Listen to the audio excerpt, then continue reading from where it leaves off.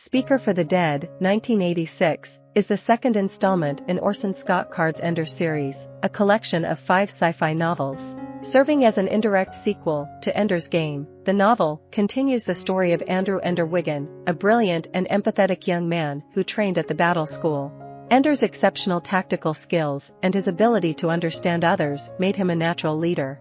In the previous book, Ender unintentionally led Earth's military forces to exterminate an alien race known as the Buggers during the Bugger War. Despite the Buggers' history of killing millions of humans, Ender bears the responsibility for the genocide of the Formics, an insect-like alien species also referred to as Buggers. After the devastating war, Ender mysteriously disappeared.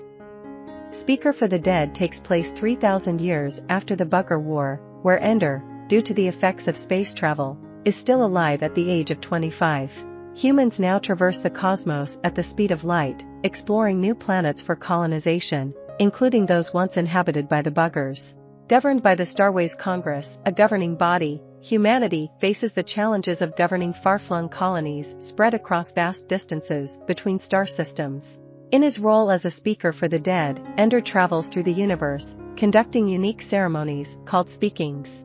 During these speakings, he shares the life stories of the deceased, offering others a profound understanding of their significance. Using the alias Speaker for the Dead, Ender writes a book titled The Hive Queen, revealing the truth about the war and shedding light on the Formic's true nature, much of which he learned from a dormant Formic queen he secretly carries with him.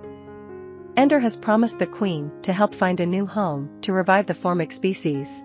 However, when Ender's revelations anger the human populace, they direct their hatred towards him, branding him the genocide. They no longer harbor hatred towards their former adversaries, the Buggers, unaware that the Speaker for the Dead is Ender himself.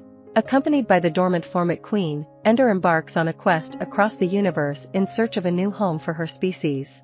Meanwhile, the planet Lusitania becomes inhabited by a community of Portuguese Catholics. Tragically, the colonists are struck by a devastating virus known as Descolata, for which a cure remains elusive. On Lusitania, a previously unknown alien species, called the Porquinhos, is discovered. These peaceful and sociable mammalian creatures, resembling forest-dwelling pigs, exhibit a matriarchal society.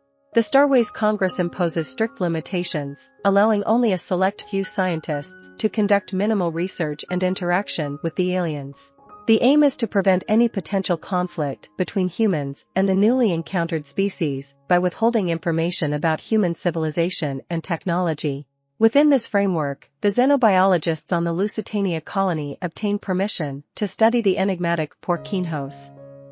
Pipo, one of the researchers, considers it an honor to delve into their mysteries. Joined by his son, Lebo, and a local girl named Novinia aspiring to become a xenobiologist, they embark on their study. However, due to the imposed restrictions, Pipo's efforts yield limited insights into the Porquinhos. During their investigation, Novinia makes a remarkable discovery: the cure for the Descolata virus that claimed the lives of her parents exists on the planet. Filled with urgency, Pipo ventures to share this breakthrough with the Piggies, as the aliens are commonly known. Tragically, Pipo is brutally murdered, disemboweled by the Piggies. Fearing her revelation led to Pipo's demise, Novinia keeps the cure hidden, consumed by guilt. Driven by fear, the colonists construct electrified barriers around their settlement, confining themselves like prisoners within the fenced perimeter. Only those involved in the murder investigation dare to venture beyond its safety. Seeking answers and resolution, Novinia calls upon a Speaker for the Dead to shed light on Pipo's tragic demise. Ender assumes the role of Speaker for the Dead as he embarks on a journey to Lusitania, not only to investigate the murder but also with the hope of finding a suitable home for the Formics and releasing the dormant Hive Queen. The vast distances involved in interstellar travel mean that it takes Ender 20 years to reach the planet. During this time, Novinia has grown up, married, and started a family, losing interest in seeking a Speaker for the Dead. However, tragedy strikes as Novinia's husband succumbs to a genetic illness, and Lebo, like his father before him, meets a similar fate. Faced with these losses, Novinia's children seek solace and understanding through the Speaker. As Ender delves into the mysteries of Lusitania, he uncovers profound truths about the newly discovered alien species and the human colonists inhabiting the planet. Surprisingly, Ender learns that Lebo is the biological father of Novinia's children. Furthermore, he discovers that the murders of Pipo and Lebo were not acts of aggression but rather part of a sacred piggy ceremony, intended to honor their lives. The piggies were unknowingly paying tribute, not seeking harm.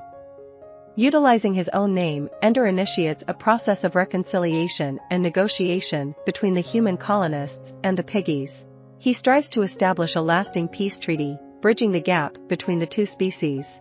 Along the way, Ender finds himself falling deeply in love with Novinia, whose resilience and strength have captivated him throughout the course of the investigation. With the intention of reviving the formic species, Ender takes the momentous step of planting the Hive Queen on Lusitania, providing an opportunity for their resurgence in a new environment. In a culmination of events, Ender and Novinia unite in marriage, embracing a future filled with love, understanding, and the potential for harmonious coexistence among the diverse inhabitants of Lusitania. I hope you enjoyed this video. Leave a like if you did and be sure to subscribe. Thank you.